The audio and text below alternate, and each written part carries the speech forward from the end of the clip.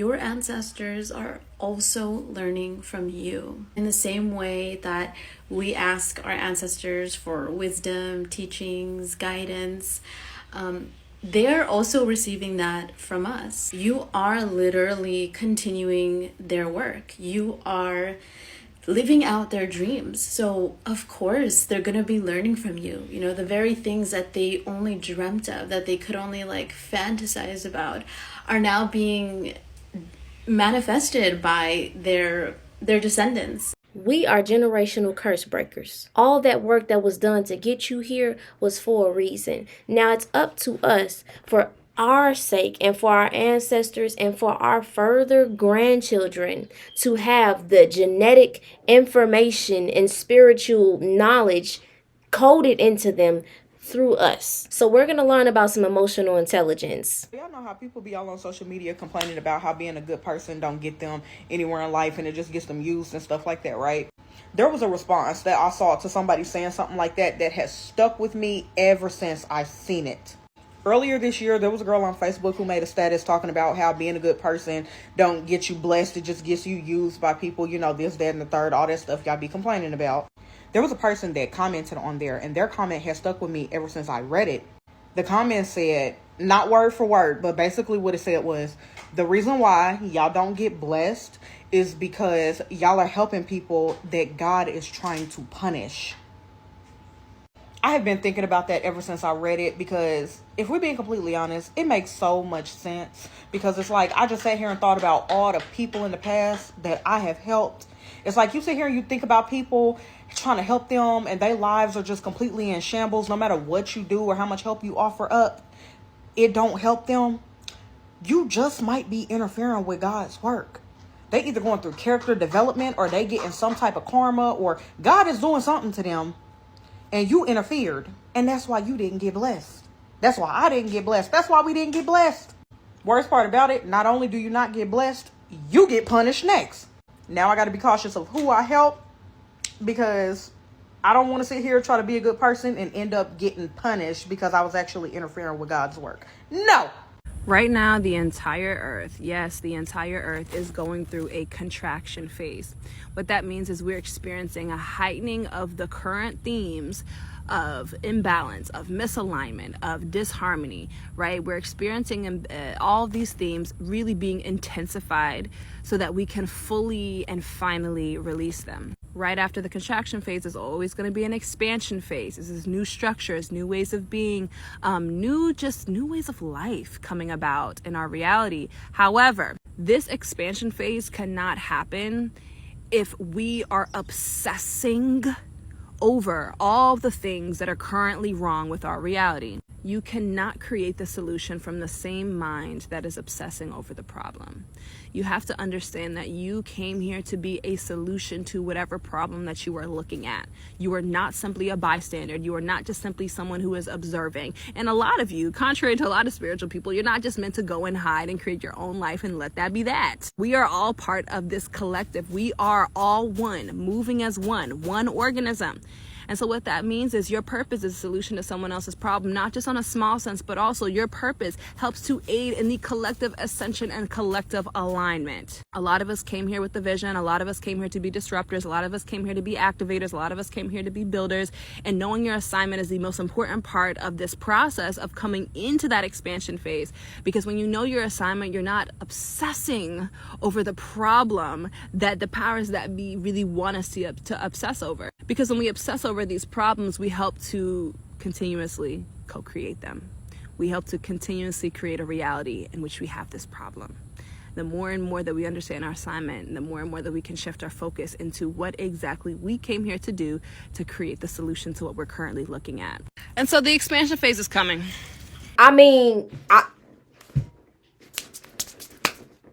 That's all I'm saying. I'm just trying to like really get everybody to see the big picture, and your life has purpose. Your learning, your growth, your experiences has purpose, and the amount of energy that it took for you to get down here on earth and do this life stuff, you just being here is helping, aiding in this planet. You being here. Because everything that you do adds to the collective consciousness in the evolution of it. Your lessons, what you're supposed to learn, what you're currently going through, what problems you have, what you face, everything that you solve, everything that you ascend through, that is literally helping with the entire planet. You may not think it because you're too focused on what's going on negatively because of what's being showed to you on these devices, but you are changing the world. You are connected. Our hearts are literally creating a electromagnetic field 360 degrees all around us. It's creating a magnet, attracting good things in or bad things in, whatever vibration you want to be on. That was a beautiful message. Let her cook. Let her cook. Let me talk my for a little bit. The distance between what you want and what you have is literally time. I feel like we tell ourselves, oh, I don't want to start doing this because it's going to take forever.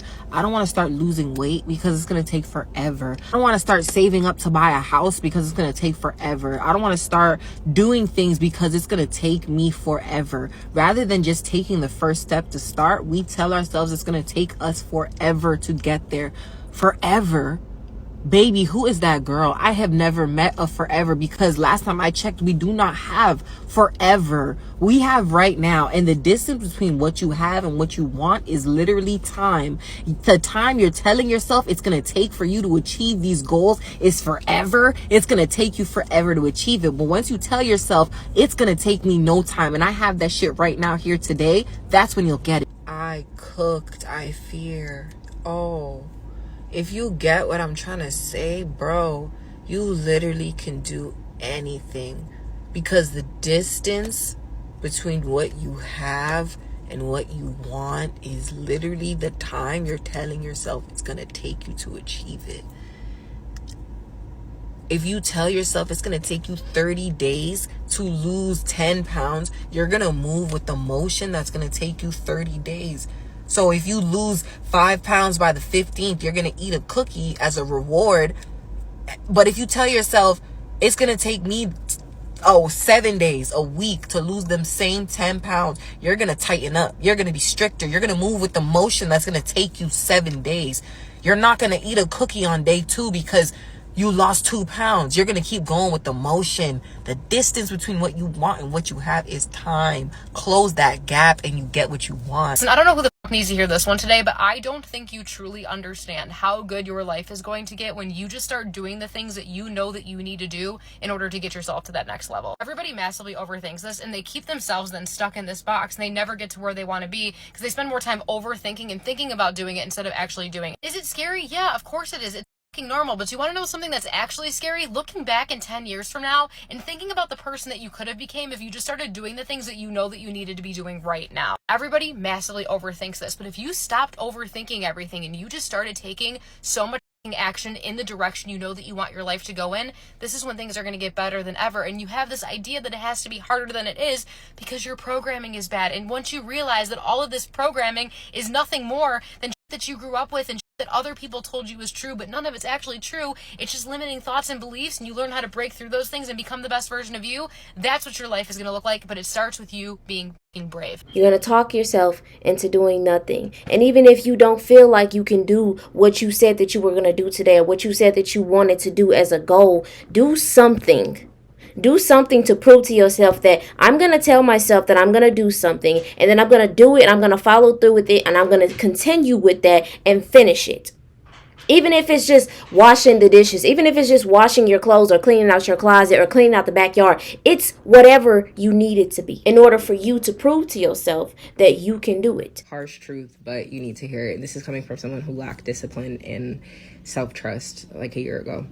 The only reason why you're not disciplined, right? It's not that you're not capable of discipline. It's not that you're lazy. It's not that you're not productive. It's the fact that you don't trust yourself, because discipline comes with self-trust. And if you do not trust yourself on a subconscious level, you're never going to be able to form discipline.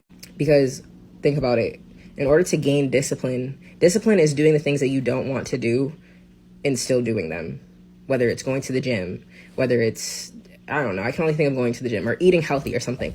It's doing things that you do not want to do but you're doing it because you've built a habit with yourself. You've built routine within yourself. This is something that's going to help you. It's going to better you. It's for your own betterment. So you choose to do it. It's a choice to do the things you don't want to do, even though you need to do them. And so if you're someone who has constantly been like, yeah, I'm going to eat better, or I'm going to start going to the gym this week, or I'm going to start getting up earlier, or I'm going to start journaling, I'm going to start meditating, and then you don't follow through with yourself, you're subconsciously telling yourself that if you say that you're going to do something, you're not going to follow through, which means you don't have self-trust with yourself, which means it's going to be harder for you to form discipline because you don't even trust yourself enough to gain discipline in the first place. And it's not hard to break out of. You just have to build small habits and follow through with them. How I did this for myself was I said, like in March, I gave myself 3 habits to do every single day.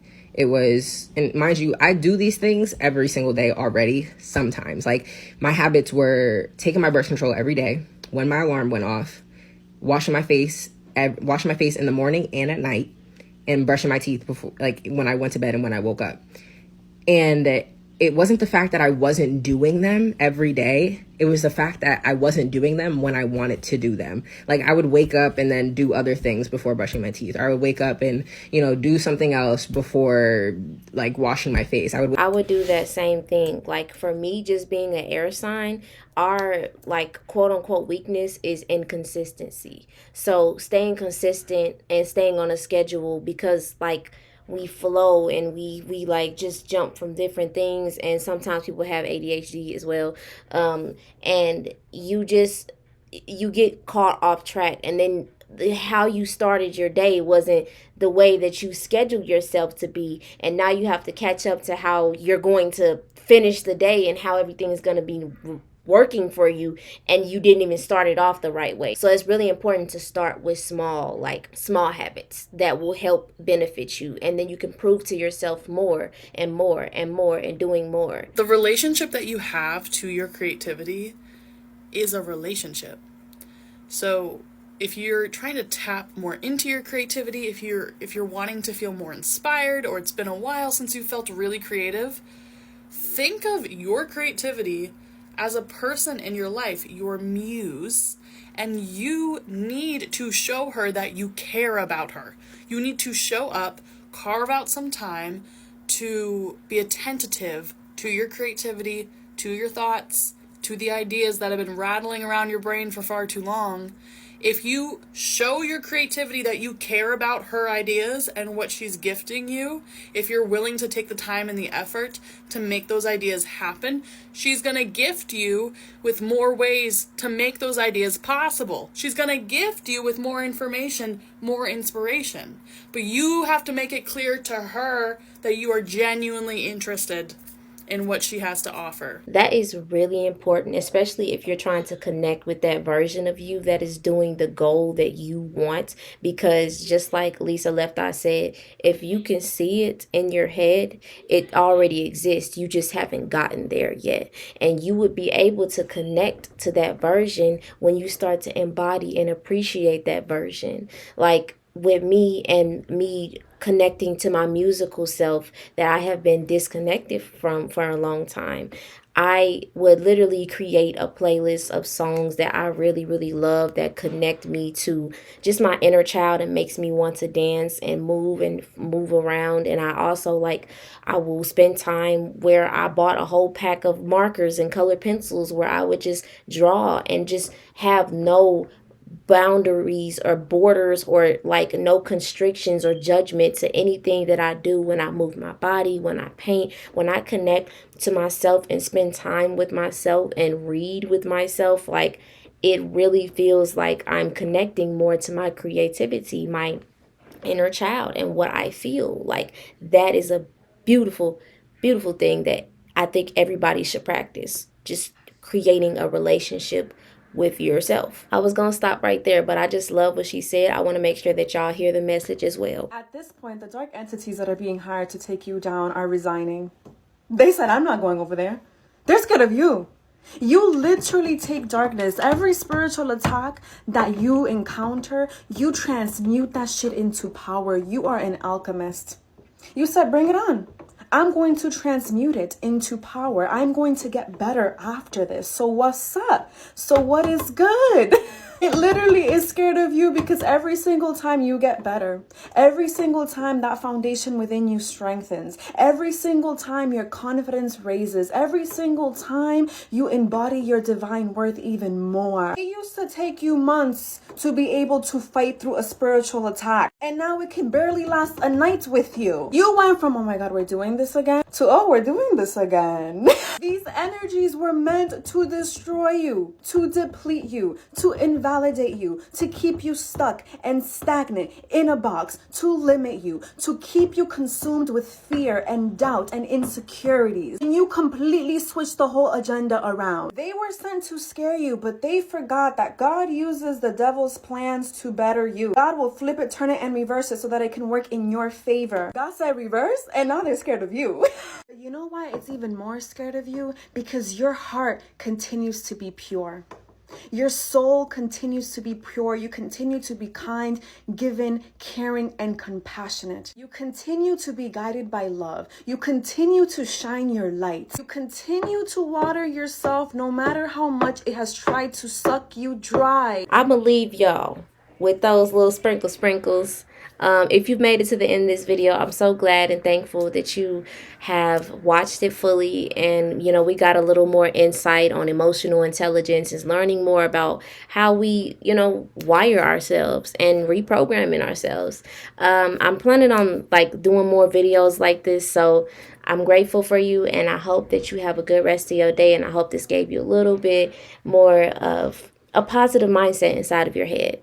Enjoy the rest of your day. I love you so much, and thank you for watching.